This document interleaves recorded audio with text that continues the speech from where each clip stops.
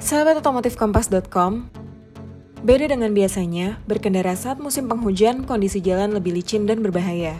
Karena itu, pemilik mobil atau sepeda motor harus bisa menjaga kecepatan.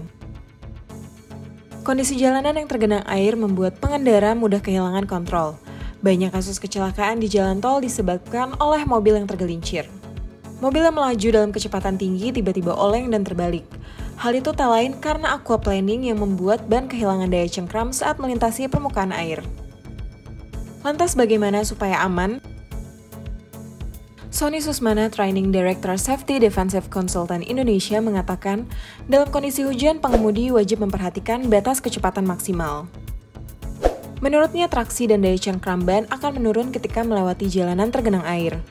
Kemudi rawan mengalami oversteer dan gagal dikendalikan. Jadi mobil seperti melayang di atas permukaan air. Ketika ban depan mobil yang melintas di genangan air, setir seperti tidak bisa dikendalikan baik ke kiri ataupun ke kanan dan terjadi oleng. Sementara jika yang kehilangan traksi adalah ban belakang kanan atau kiri, bokong mobil berputar dan mobil bahkan sampai terbalik. Jaga jarak aman berkendara bukan hanya berpatokan pada pengereman, namun juga menyangkut visibilitas mengemudi terutama di jalan tol. Penting diketahui, mengurangi kecepatan dalam kondisi jalanan basah diperlukan waktu yang lebih lama. Selain itu, visibilitas pengemudi yang berkurang membuat respon berkendara juga menurun. Pengemudi akan lebih sulit memperkirakan waktu pengereman akurat dan tidak sigap terhadap kondisi sekitar. Lantaran perlu juga memprediksi genangan air yang berpotensi menjadi ancaman. Hal yang berbahaya lagi adalah mendahului kendaraan lain ketika hujan deras. Pasalnya pengemudi bisa kehilangan kontrol, terutama ketika roda selip dan oleng yang menyebabkan mobil berpindah ke jalur lainnya.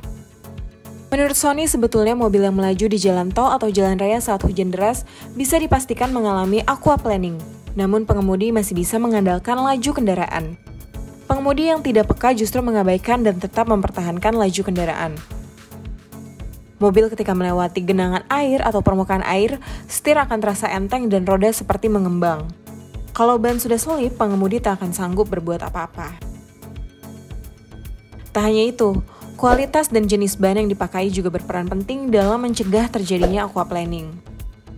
Jusri Pulubuhu, Training Director Jakarta Defensive Driving Consulting menjelaskan, faktor kelayakan ban memperbesar risiko kecelakaan akibat aquaplaning.